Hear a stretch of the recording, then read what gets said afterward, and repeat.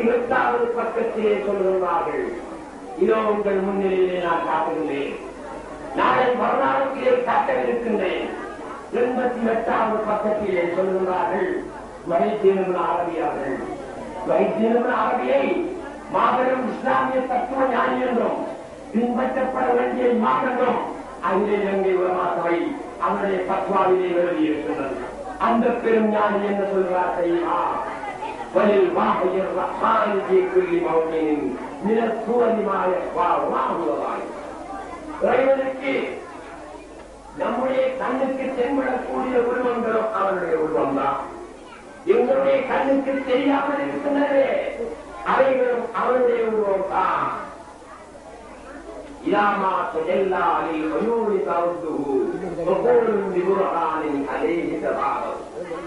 ஆனால் இந்த உண்மையை சிலர் மறுத்துக் கொண்டிருக்கிறார்களே.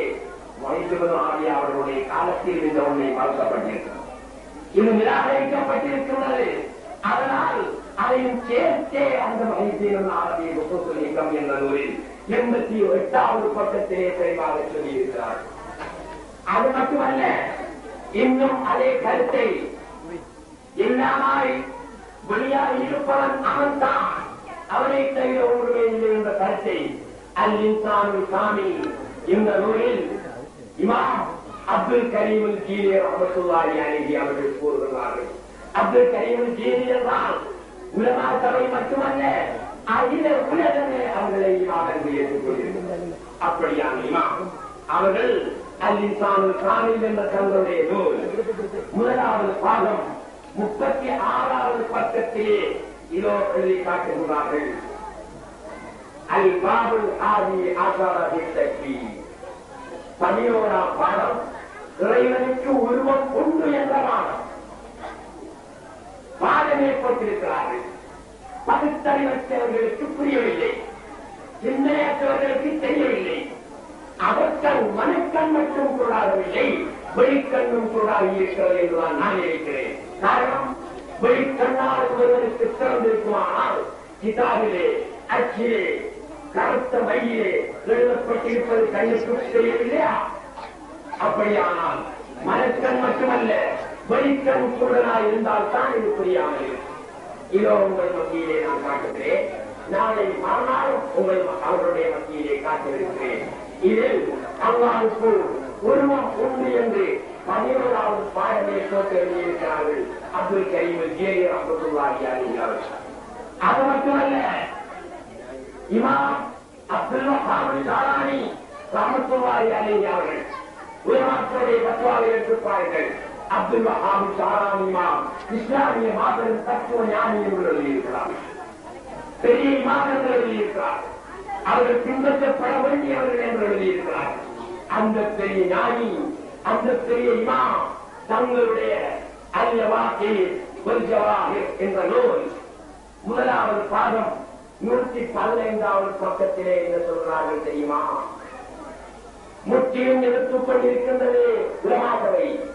அதை அழகாக சொல்லி காட்டுகிறார்கள். 115வது பக்கத்திலோ இருக்கிறது. யாலம் أن الأصل في صحة رؤيته ما رواه الطبراني وغيره مرفوعا.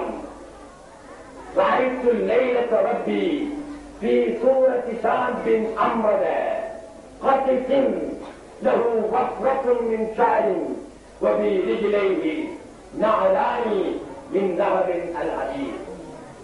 نبي الله صلى الله عليه وسلم சொல்லியிருக்கிறார்கள், என்னுடைய இறைவனை முழுக்கவிய உடல் முழுக்கவிய அழகிய வாலிபனின் உருவத்தில் கண்டே நாயகம் சொல்கிறார்கள்.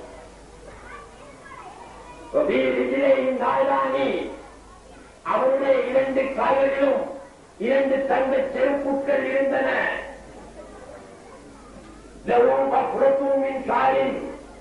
அவனுக்கு தலைமுடி அடர்த்தியாக இருந்தது. அவனுடைய தலையில் தங்கத்தினாலான கிரீடம் இருந்தது. இப்படி என்னுடைய இறைவனை நான் கண்டேன். நபியுல்லாஹி ஸல்லல்லாஹு அலைஹி வஸல்லம் சொல்லக்கூடிய இந்த ஹதீஸை இமாம் என்றும் இஸ்லாமிய சித்தாந்தி என்றும் தத்துவ ஞானி என்றும் உலகம் வர்ணிக்கக்கூடிய குறிப்பாக உலமாக்களை வர்ணிக்கக்கூடிய அப்துல் வஹாப் ஷாரானி ரஹ்மத்துல்லாஹி அலைஹி தங்களுடைய அந்த வாக்கியத் என்ற நூலும் முதலாவது பாடம் 115வது பக்கத்திலே சொல்லியிருக்கிறார். قال الحافظ السيوطي رحمة الله عليه وهو حديث صحيح. இமாம் சுயூத்தி என்பவர்கள் இருக்கிறார்கள். அவர்களையும் உலமா சபை பத்வாவுக்கு ஆதாரமாக இருக்கிறோம். அவர்கள் என்ன சொல்றார்கள் தெரியுமா? இந்த ஹதீஸ் உண்மையில் சரியான ஹதீஸை தவிர பிழையான ஹதீஸ் அல்ல என்று எழுதி காட்டுகிறார்கள். ஆகவே அங்குள்ள சகோதரர்களே, அதை தொடர்ந்து நீளமான விளக்கம் இருக்கிறது.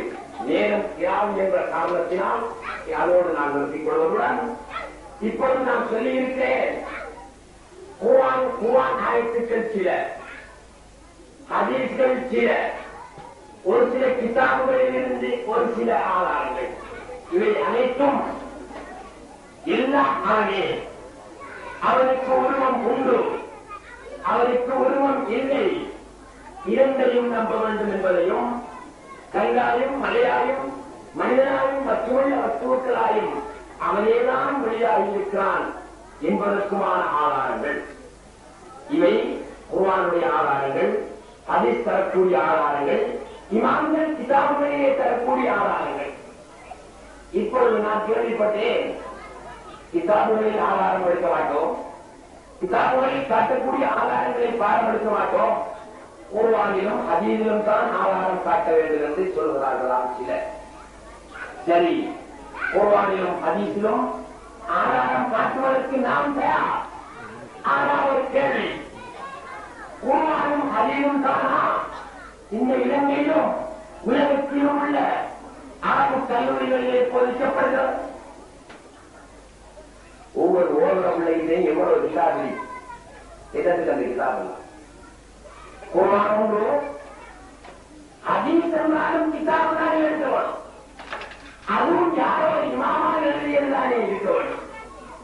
நாயகம் ஸல்லல்லாஹு அலைஹி வஸல்லம் ஹதீஸ் என்று அவர்கள் எழுதி தந்திருக்கிறார்களா கிதாபுகள்? இல்லை. புகாரி இமாம் என்றும், முஸ்லிம் இமாம் என்றும், திர்மிதி இமாம் என்றும் இமாம்கள் தான் ஹதீஸ்களை கோர்த்திருக்கிறார்களே தவிர ரசூலுல்லாஹ் கிதாபை எழுதி நமக்கு தரவில்லை. குர்ஆனிலும் ஹதீஸிலும் தான் ஆதாரம் காட்ட வேண்டும் என்று கேட்கிறார்களே, நாம் தயாராக இருக்கிறோம். ஆனால் எந்த ஒரு மதத்தாரிலும் குர்ஆன் ஹதீஸை தவிர வேறு எந்த கிதாபுகளும் அது சொல்லக்கூடாத அப்படியா? சரி, இப்பொழுது நான் தந்த ஆதாரங்களை நீங்கள் எடுத்துக் கொள்ளுங்கள். இன்னும் ஒரு சில நிமிடங்களுக்குள்ளாக ஒரு சில விஷயத்தை நான் சொல்லி முடித்துக் கொள்கிறேன். அதாவது, நாம் கேள்விப்பட்டிருக்கின்றோம், பெரும் பெரும் அவுலியாக்கள், நாதாக்கள், ஆரிவீங்கள், கிராமத்துக்கள் அற்புதங்களை நிகழ்த்தி காட்டிய பெரியார்கள், அந்த பெரியார்கள் இந்த கொள்கையை ஏற்றுக்கொண்டுள்ளார்களா அல்லது ஏற்றுக்கொள்ளவில்லையா என்பதை நீங்கள் பாருங்கள். சங்கைக்குரிய தைக்கா சாஹிப் ரலியல்லாஹு தஆலா அன்ஹு காயல் பட்டணத்திலே சமாதித்திருக்கிறார்கள். பல கோடி அற்புதங்களை தினமும் நடத்திக் கொண்டிருக்கிறார்கள். அவர்கள் என்ன சொல்கிறார்கள் தெரியுமா?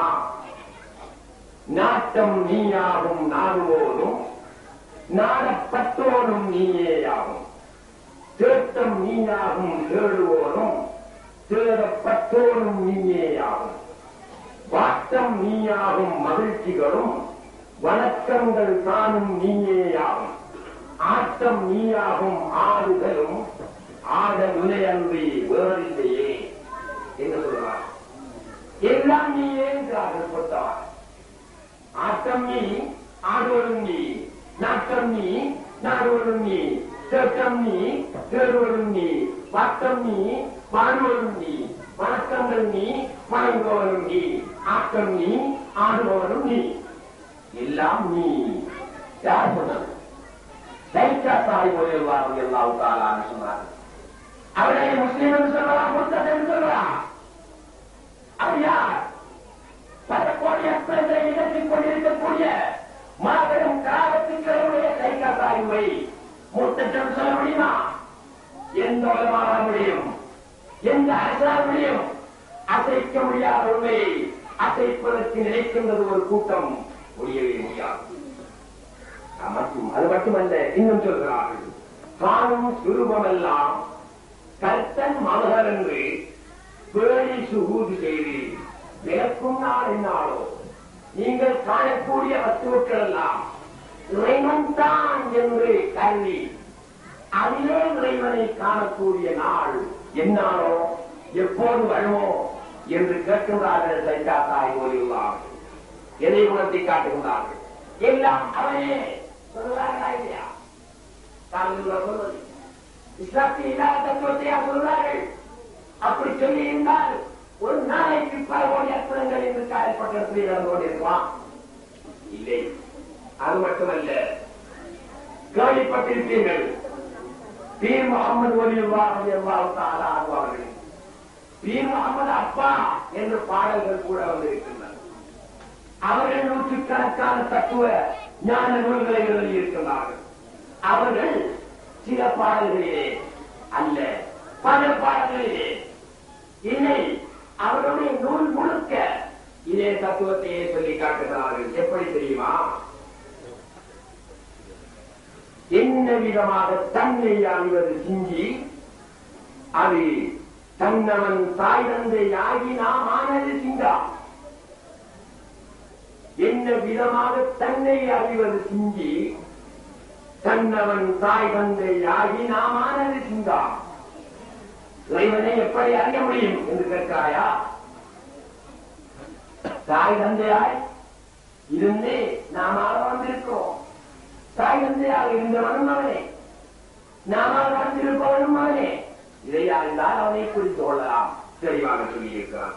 பீர் முகமது அப்பா அவர்களை காவிர் என்று சொல்லலாம், இஸ்லாத்திற்கு முரணான கருத்தை கூறுகிறார்கள் என்று சொல்லலாம். இல்லை, அடுத்தபடியாக சொல்கிறார்கள்.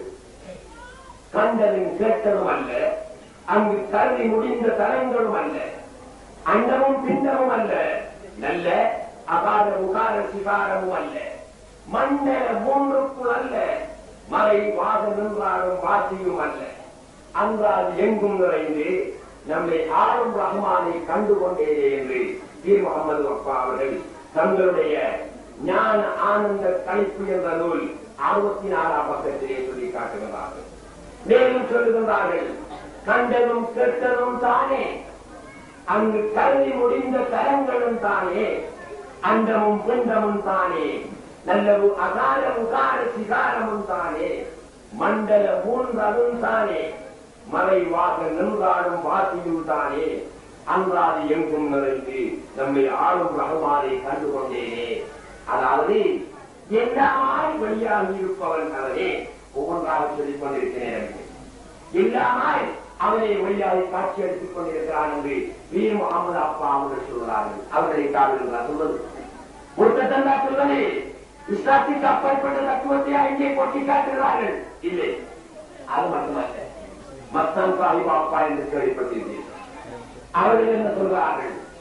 ஊனாகி ஊனிலுயிராகி எவ்வுலகுமாய் ஒன்றாகி இரண்டுமாகி உள்ளாகி வெளியாகி ஒளியாகி இருளாகி ஊருடன் பேருமாகி காணாகி மலையாகி மலை கடலுமாகி மலை கானக விலங்குமாகி கம்புல் பகலாகி மதியாகி ரவியாகி ஒளி கண்ட பொருள் எவையுமாகி நானாகி நீயாகி அவனாகி அவனாகி நாதமொரு சூதமாகி என்று கூறுகின்றார்கள் தங்களுடைய மத்தான் சாஹிப் பாடலில்.